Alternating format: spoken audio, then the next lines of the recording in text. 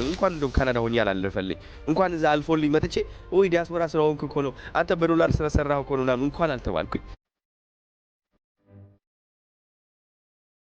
ማስታውሳለሁ ከካናዳ ወደ ኢትዮጵያ ስገባ ከእህቴ ጋር ነው የቆየሁት። መሬቷ ላይ እየተኛው ነበረ።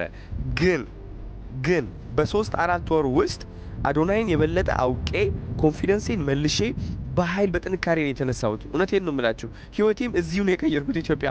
ቢካዝ ካናዳ አሜሪካ ብቻ ህይወት መቀየር ቢችል ኖሮ እኔ ካናዳ ተቀይሬ እዚህ መጥቼ ሙድ መያዝ እችል ነበር። እኛ ችግራችን ኢትዮጵያ ውስጥ ያለነው ሰዎች ካናዳ ላይ ሆኖ የሚሰሩትን ዶላር በብር የሚከፍሉት ነው የሚመስለን። በብር ካልኩሌት እያደረግን ወይኔ ወዳጄ እኮ እንደዚህ ደረጃ ደርሷል፣ መኪና ግዛልኝ፣ እንትን ግዛልኝ። ያ ሰውዬ ችግር ላይ ነው። እና በጣም እውነቴን ነው የምላችሁ የዲያስፖራ ላይፍ አንዳንዴ ሜሲ ነው። ኦኬ ልንገራችሁ። ስለዚህ ሀገራችሁ ውስጥ ደግሞ በጣም ብዙ ሶልቭ መደረግ የሚችል ፕሮብለም አለ። ግን ችግር ያለባት ሀገር መጠላት የለባትም።